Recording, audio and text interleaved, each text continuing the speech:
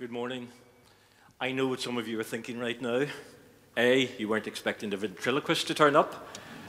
Or B, you think, oh dear, Alex is having a senior moment. He has misread TEDx talk for talking with his teddy. The bear, Mr. Bear, has been with me for 63 years. He is a central part of this talk. In my restoration journey from what I was to what I am now, he has been there that entire journey. So I hope you won't mind the fact that I brought him, because I wanted to bring him, because I think if you're talking about restoring yourself, rebuilding yourself, you have to mention, name check everyone who played a key part. And this guy, he's still here. He has lived in every single house I've lived in my entire life. He's been with me through every crucial moment. So I just thought I would just bring him along today. As I say, I first met him 63 years ago when I'd arrived from the orphanage to my new home in Armagh, and my parents brought a lovely house, brought me upstairs, showed me the bedroom, and said, "There's your bed, and this is your present. There's Teddy." It scared me. It scared me because I'd never seen a bear before.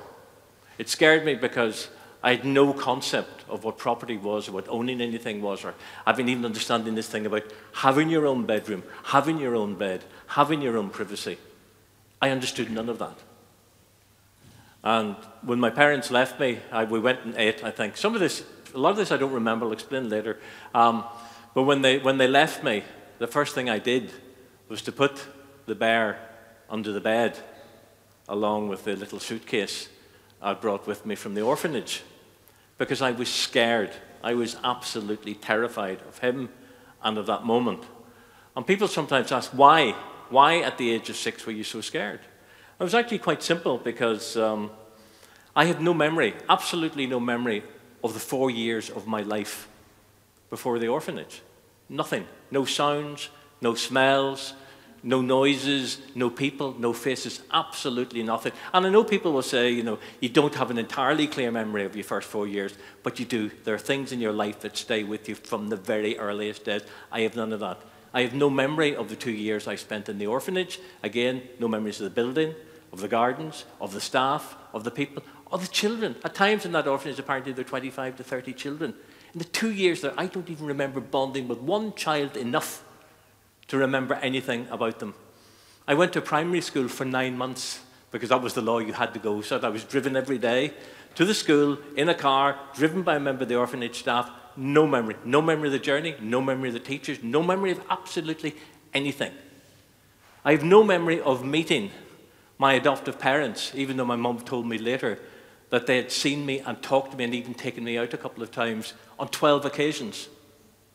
I had absolutely no memory of them.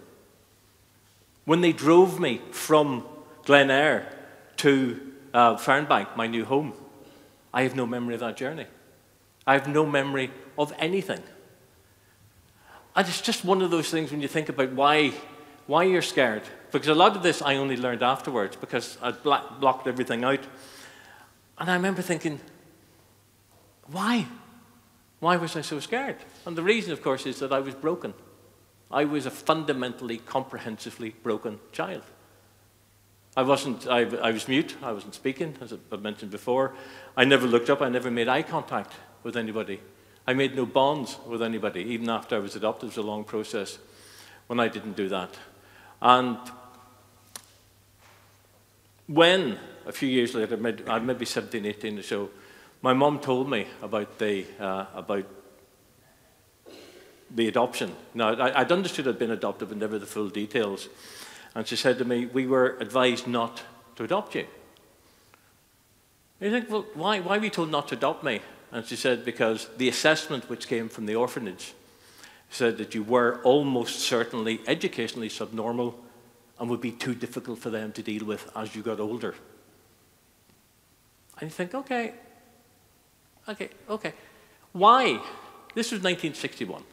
And I mean, I was thinking at this stage, I'd learned to talk. So think, why would not just one psychiatrist, but to add insult to injury, 2 psychiatrists look at a silent, staring at the floor child and not think to themselves, maybe, just maybe, the fact that he is silent, the fact that He doesn't seem to be able to cope with anything. Maybe something so catastrophically traumatic and unsettling happened to this child that the only way he could cope was to shut down. He shut down the vision by looking at the floor. He shut down the communication by not talking. And he shut down the memories because he didn't want to remember. But no, their conclusion was, no, educationally subnormal, do not adopt him. We recommend you do not adopt this child. So the obvious question to my mum, why? Why? These were middle-class, comfortable people, professional people. Why did you take me on board? And my mum said, because of the first time I saw you. Again, I have no memory of this. She was an orthoptist. I had a squint. I still have the squint. I'm thankful for the squint because it also played a part in changing my life. Because I went to see her. There's a little piece of equipment called a synoptophore, where you put your chin. You put your chin on, and they fiddle about to work out what you need, patches, glasses, and things like that. And my mum said, the only thing I saw was a little boy who needed someone to love him. Was a little boy who needed someone to give him security. And even though she'd been told, don't adopt them, even though they brought them into the orphanage apparently and said, don't adopt them, they made the decision to adopt me. And it's one of those things, you talk about rebuilding, finding that thing, restoring, it begins with so many elements. And two ordinary people, yet absolutely extraordinary people, took a huge personal decision to disrupt their life with an unknown and give him a second chance. So, hugely thankful for that. A year later, and this was the real breaking point, a year later, I peered under my bed. He was still there. Again, my mum told me years later she hadn't touched him. She hadn't hoovered him. She hadn't done anything to him. She hadn't even prodded him, anything, moved him, but nothing. I said, why? She said, because it was something you had to do for yourself. So I lifted him, and he was hideous. He was disgusting at that point. He was covered in cobwebs, the detritus of at least 4 spiders. You could have made a tarantula if you joined them all together. It was just... So I cleaned him. I got toothbrush. I remember doing this. It's actually one of the first great memories of my life. Cleaning him down, sorting him out, getting him... And then thinking, oh, right, I might just try him on the bed. And I leant him down. And at that point, he growled. Yeah, "Arr," because he had a growler in him, which is still there, but doesn't work anymore. But this was, I threw him down the floor. We sat and looked at each other for a few minutes. I picked him up again and then discovered, I spoke to him. This was incoherent. I was mumbling. He growled, which probably went on like this for an hour. But in that moment, the breakthrough came. In that moment, where the mumbling boy and the growling bear made that connection.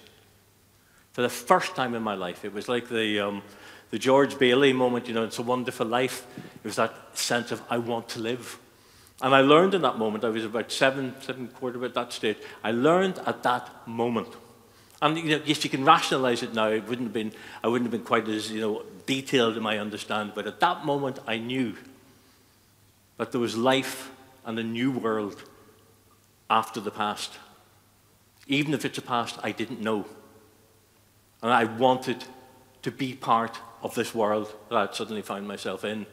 And it was from that moment, my mum said, that I began to make huge leaps. Well, I was getting elocution lessons. I'd had them since I was 6. I made huge leaps in communicating. I began to look up. And I remember she saying, when I passed her on the stairs, about 4 months after this, and she was sitting on the stairs and I was coming down, and finally I said, excuse me, please. And she said she broke down in tears, because those were some of the first coherent words I'd ever said to her. Now, all of this falling into place, I found that it was a big breakthrough. It was a chance. It was their realization, my realization, that there was a way forward, that they hadn't wasted their time, they hadn't wasted their energy, they hadn't wasted the love in rebuilding me. And it was difficult, that journey, the journey from the silent Alex to the Alex who never shuts up anymore. It was an interesting and difficult journey. It was a journey which took us support from an awful lot of people, particularly one teacher who said to me at the age of 14, Kane, if you're going to make a breakthrough, if you want to, he could see I could write, he could see I was thinking, he said, you need to find an audience. You need to find a way of raising your voice, being able to speak out loud. And then he said, don't you have a field beside you? Don't you have cattle beside you? I said, yeah. He said, go and talk to them. And it seemed ridiculous at the time, but for the next 2 years, the cattle in that field, I love cows. One of my children is here who paints cows for me. I adore cows. They're the most settling thing in the world. But for about 2 years, they got Dickens and Conan Doyle for me on a daily basis, which is wonderful because, again, it doesn't matter where you are. He fled. That was called Sean Crooks. It was part of the restoration process, and it continued with that restoration process. But set against that, in that part of the journey, I have battled with depression my entire life. I call him Mr. D. I've written about him. The thing about depression, anyone knows about it, you never know when it's going to come. You never know when it's going to hit you. You never know why it's going to hit you. You never know how hard it's going to hit you. And there have been times in my life when Mr. D comes along and he punches, and he punches, and he punches, and he kicks, and he knees you, and he gets you on the ground until you get to that point where you really do think, what is the point of this? What is the point of anything I'm doing? And I was still having terrible nightmares on a regular basis, and occasionally I still have those nightmares when I wake up screaming, and Kerry, my partner, has to basically wake me because she can hear the fear that's inside me at that time. But again, in depression, one thing I learned it through Bear. If I could reach out to Bear, I could learn to reach out to real people. And I did. I began to talk to people about some of the things. I began to write about a lot of the things I was dealing with. And the fact that my career is in politics and I talk about politics, I write about politics, the greatest response I ever get to any things I do is when I write about the journey from the orphanage to where I am now, and when I write about the battle with depression. Because I've discovered that even though I have it at one level, other people have it at worse levels. But everybody has a little bit of it somewhere. And it's nothing to be ashamed of. It's not a disease. It's not a secret.